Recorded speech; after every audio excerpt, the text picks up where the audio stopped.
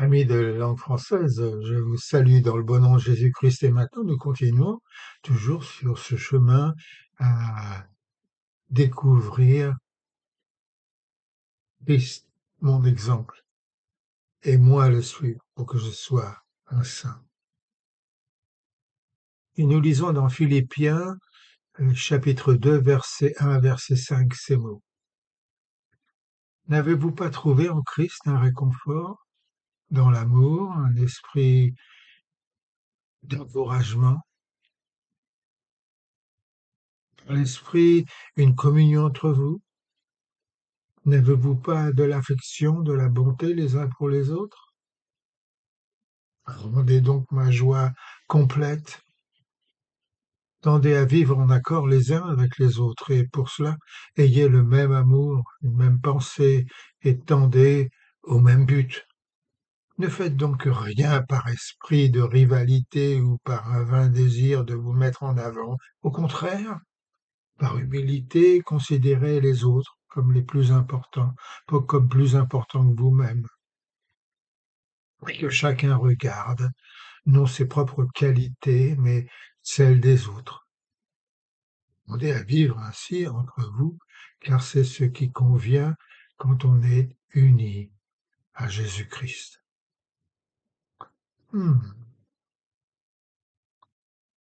Une autre qualité importante que je trouve dans l'esprit du Christ, ce sont ses pensées bienveillantes envers les autres.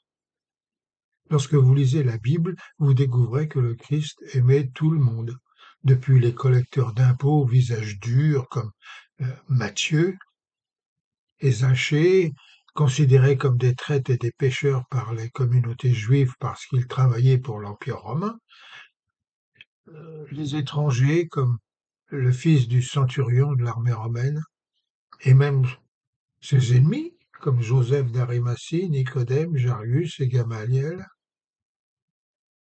et aussi en considérant les pauvres, les agriculteurs, les travailleurs journaliers, les esclaves, les mendiants, les veuves, les prostituées, les infirmiers, les malades, les résidents étrangers jusqu'aux parias, aux réfugiés, les rejetés de la société. Alors, on comprend tout de suite que l'amour de Jésus-Christ n'était pas réservé à certaines personnes, mais au monde entier. Voilà pourquoi Jésus a pris Matthieu comme l'un de ses disciples et a accepté la repentance de Zachée. Et il a montré son acceptation des deux, soulignant son message de salut pour le monde. Son nom préféré était le Fils de l'homme, emprunté au prophète Daniel. Il trouvait aussi toujours quelque chose à admirer chez les gens, quels qu'ils soient. Son esprit était toujours à aider, se soucier des autres, de les encourager.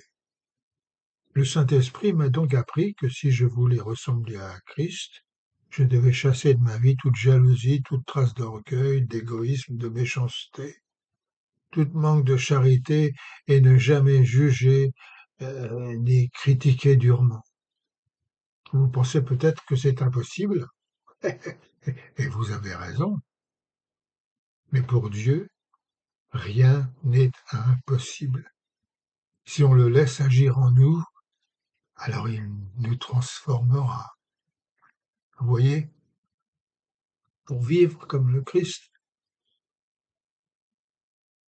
se contenter d'un modèle ne peut que nous amener au désespoir.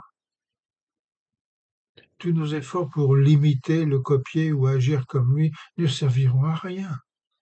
Nous devons avoir l'esprit qui était en Christ pour vivre comme lui. Christ en moi est tout pour moi.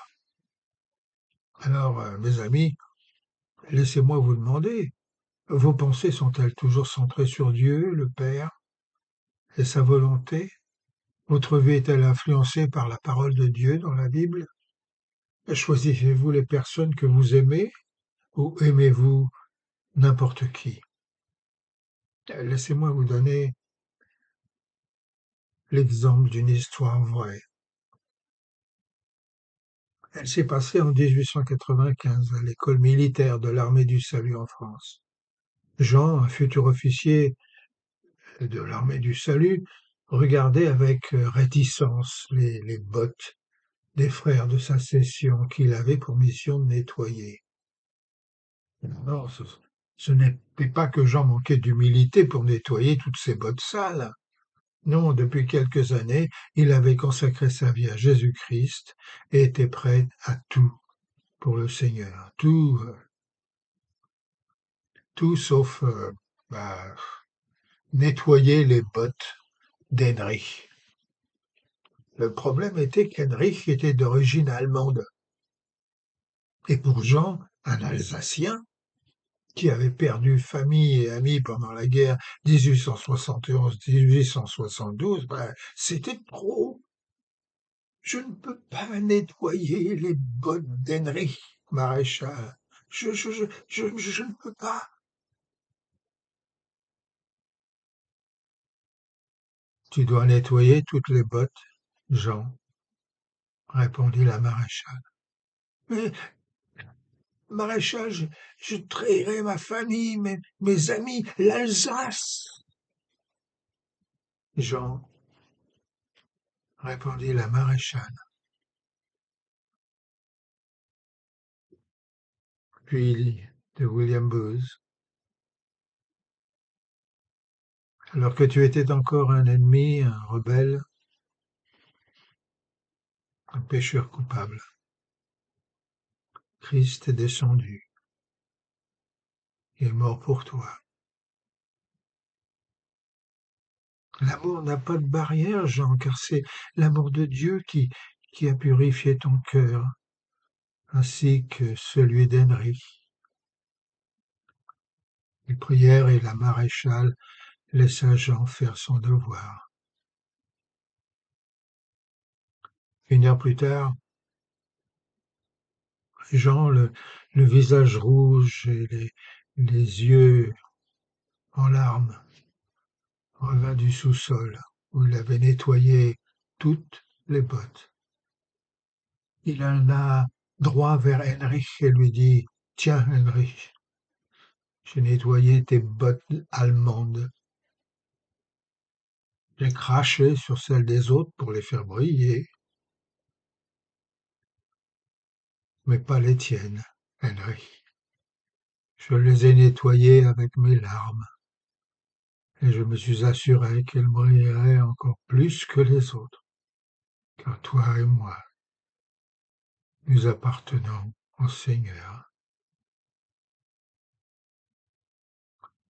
Si quelqu'un veut être grand parmi vous, qu'il soit son serviteur. Si quelqu'un veut être le premier, qu'il soit votre esclave. Pourquoi ne laissez-vous pas le Saint-Esprit infuser en vous l'Esprit qui était en Jésus-Christ? Essayez, et vous verrez la différence. Dieu vous bénisse.